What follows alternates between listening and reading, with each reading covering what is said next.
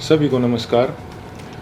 जैसा कि आप सब लोग जानते हैं कि हम पिछले कई महीनों से संघर्ष कर रहे हैं रेसलिंग फेडरेशन ऑफ इंडिया के प्रेसिडेंट बृजभूषण सिंह के खिलाफ, क्योंकि उसने भारतीय महिला पहलवानों का यौन शोषण किया है और भी काफ़ी सारे जो हैं घोटाले फेडरेशन के माध्यम से उसने किए हैं। पिछले कई दिनों से हम देख रहे हैं कि समाज में हमारे खिलाफ एक अलग से नैरेटिव बनाया जा रहा है, कुछ अफवाहें फैलाई जा रही हैं और साथ में मीडिया भी कई तरह की खबरें जो है दिखा रहा है। तो हमारा आज ये वीडियो बनाने का एक ही पर्पज़ है कि हम जो अपनी सच्चाई, जो असली सच्चाई है वो आप लोगों तक पहुंचा सकें। आज हम इस आंदोलन की शुरुआत से लेकर अभी तक पूरी की पूरी सच्चाई आपके सामने डिटेल के साथ रखेंगे। आज जो हमारे ऊपर कई तरह के जो आरोप भी लगे हैं, आज हम उनका भी जवाब जो है प्रूफ के साथ देंगे। सबसे पहला जो आरोप हमारे ऊपर लगा था वो लगा था कि हमारा ये जो आंदोलन है वो राजनीति से प्रेरित है।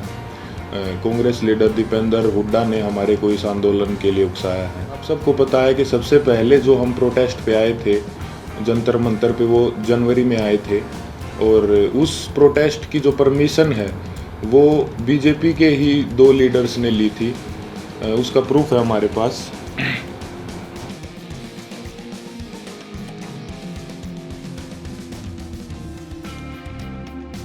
प्रोटेस्ट की जो परमिशन जो जंतर मंतर थाने से ली गई थी वो बीजेपी लीडर तीर्थ राणा और बीजेपी लीडर बबीता फोगाट ने जो वो परमिशन ली थी, जिसका प्रूफ भी अभी हमने आपको दिखाया।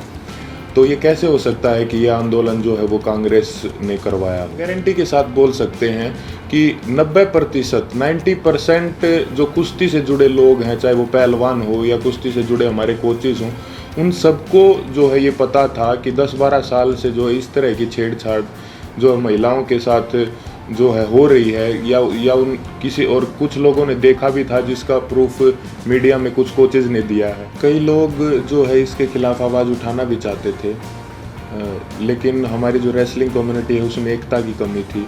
अगर किसी ने जो सिंगल अगर ये आवाज़ उठाने का फैसला भी किया तो वो बात जो है रेसलिंग जो है फेडरेशन के प्रेसिडेंट तक पहुंच जाती थी और उस आदमी के कैरियर में दिक्कत आना स्टार्ट हो जाती थी। लगातार और बार बार हमने सभी को बताया है कि जो हमारी लड़ाई वो सरकार के खिलाफ नहीं है, हमारी लड़ाई जो है रेसलिंग फेडरेशन के प्रेसिडेंट के खिलाफ है, क्योंकि जो भी शोषण उसने किया है, जो भी रेसलिंग के लिए गलत किया है, वो उसने फेडरेशन के पद पर बने रहते हुए किया है। और हमारी लड़ाई सरकार से वैसे भी नहीं हो सकती, क्योंकि जो मैंने अभी आपको पीछे बताया कि जो है बृजभूषण भी जो है वो रूलिंग पार्टी से ही सांसद है और जो जिन्होंने प्रोटेस्ट की परमिशन ली वो भी जो है बीजेपी के ही लीडर हैं।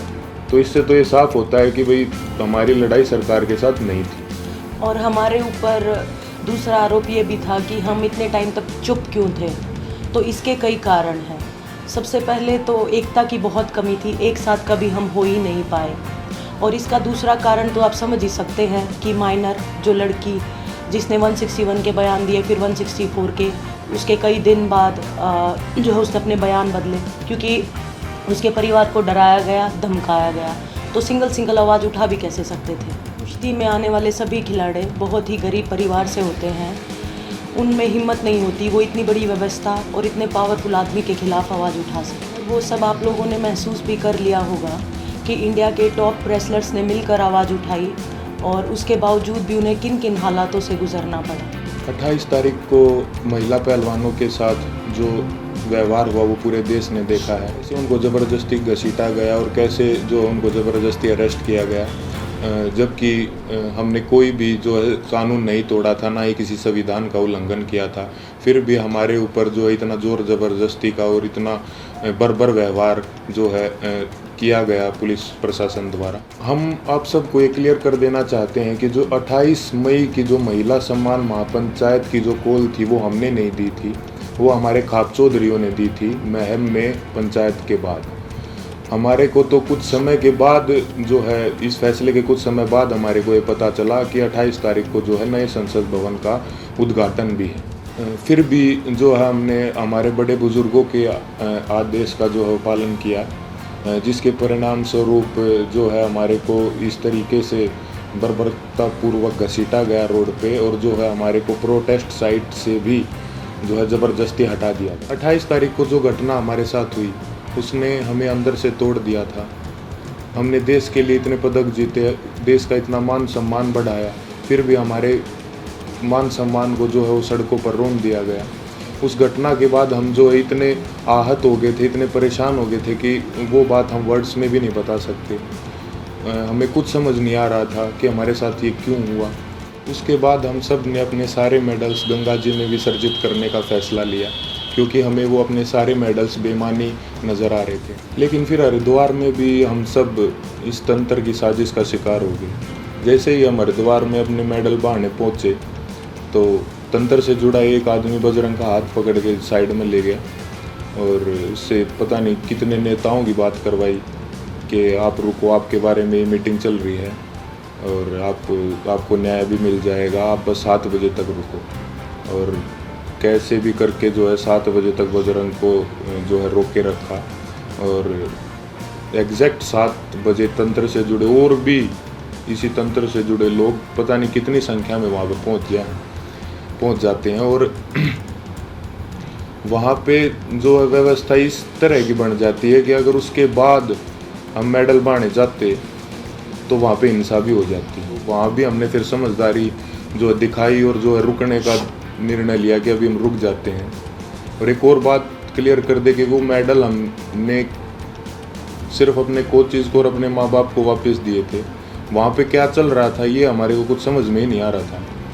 हम उस मानसिक स्थिति में थे ही नहीं कि हम वहाँ पे किसी साजिश को या वहाँ पे क्या चल रहा है इस चीज़ को समझ पाते। हम बहुत ही एक तनाव में और एक बहुत दुखी मन के साथ अपने जीवन की पूरी कष्ट कमाई को वहाँ लेके गए थे। लेकिन वहाँ पे क्या हुआ उसको, क्योंकि हम जो है आंदोलनकारी नहीं है ना, हमें एक्सपीरियंस है, हमने जो है पूरी ज़िंदगी कुश्ती करी है ना, सोशल लाइफ भी नहीं जिए, तो कई बार इस तरह के जो माहौल क्रिएट होते हैं वो नहीं समझ में आते। साथ में हम अपनी ज़िंदगी की पूरी कमाई वहाँ पे लेके गए हुए। इस घटना के बाद हमारी मानसिक स्थिति ऐसी हो गई थी कि हमें कुछ भी समझ नहीं आ रहा था कि कौन हमारे साथ है, कौन जो हमारे खिलाफ है, कौन इस तंत्र का हिस्सा है। हम दिमाग के रूप से बिल्कुल जो है ब्लैंक आउट हो गए थे। और फिर उसके बाद कई लोग हमारे को मिलते रहे, कुछ समझाते रहे, हमारे को कुछ समझ नहीं आ रहा था कि किस पे विश्वास करें और किस पे ना करें। इसी बीच ये समझाया गया हमको कि होम मिनिस्टर सर से आपको मिलना चाहिए, क्योंकि जो है सारे समाधान वहीं से निकलेंगे। हम वहाँ पे सिर्फ अपनी बात रखने के लिए गए थे। और अब ये भी सुनने में आ रहा है कि कई खापे जो हैं वो हमसे नाराज़ हैं। मैं सबसे हाथ जोड़ के यही विनती करना चाहूँगा कि आप प्लीज़ अफवाहों पे ध्यान मत दो।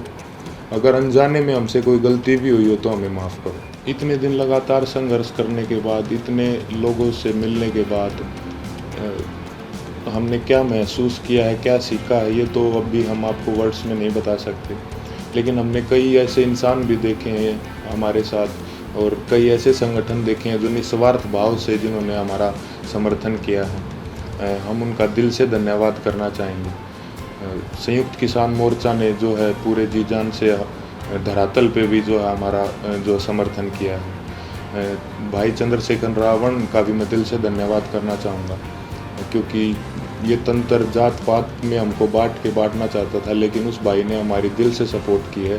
तो चंद्रशेखर भाई का भी दिल से धन्यवाद। सत्यपाल मलिक जी का भी मैं धन्यवाद करना चाहूँगा। उन्होंने हमारे को प्रेरित किया कि कैसे बेबाकी से अपनी बात जो है रखी जाती है। साथ ही सभी महिला संगठनों का भी मैं जो है दिल से धन्यवाद करना चाहूँगा कि उन्होंने जितनी ताकत उनमें थी हमारा सपोर्ट किया है। साथ ही छात्रों का भी, हर एक उस इंसान का जो निस्वार्थ भाव से हमारे पास हमारे समर्थन के लिए आए हैं, उनका हम दिल से धन्यवाद करना चाहेंगे। और हम चाहेंगे कि आगे भी मुसीबत के समय में आप हमारा ऐसे ही साथ दें। इसके लिए मैं धन्यवाद करना चाहूँगा बीजेपी लीडर जो हैं बबीता जी और तीर्थ राणा जी का, कि उन्होंने जो है पहलवानों को एकजुट करने का काम किया। साथ ही उन्होंने इस आवाज़ को उठाने के लिए उन्हें मोटिवेट भी किया। उसके बाद इन्होंने ही सरकार के साथ जो है मीडिएटर बन के जो पहलवानों को एक कमेटी का नाम दे के जो है आश्वासन दिलवाया सरकार से, यही उसके बीच में जो है मीडिएटर थे। हालांकि वो बस एक आश्वासन ही निकला, क्योंकि उसके बाद जो है उस कमेटी का कोई रिज़ल्ट नहीं निकला और रेसलिंग फेडरेशन ने अपना काम वापस से वैसे ही सुचारू रूप से जारी रखा, जिसकी वजह से फिर हमें 3 महीने के बाद वेट करके जब हमें न्याय नहीं मिला तो हमें दोबारा जो है वो जंतर मंतर पर आना पड़ा। हम अपने माध्यम से सभी देशवासियों को ये संदेश भी देना चाहते हैं कि कभी भी किसी के साथ भी अगर कोई अन्याय होता है तो हमें जो है हमेशा ही एकजुट होने की जो ज़रूरत रहती है और होना चाहिए हमें एकजुट, क्योंकि हमने इतने इस दौर में यही महसूस किया कि कहीं ना कहीं तंत्र हमारी एकता की कमी है, जो हम बटे हुए हैं उसका ही ये फ़ायदा उठाता है। किसी के साथ भी अन्याय हो तो आप प्लीज़ एक साथ आइए। अन्याय के खिलाफ निस्वार्थ और सच्चे मन से अगर हम कभी भी एकजुट होकर अन्याय के खिलाफ आवाज़ उठाते हैं तो आत्मा को बहुत संतुष्टि मिलती है। धन्यवाद।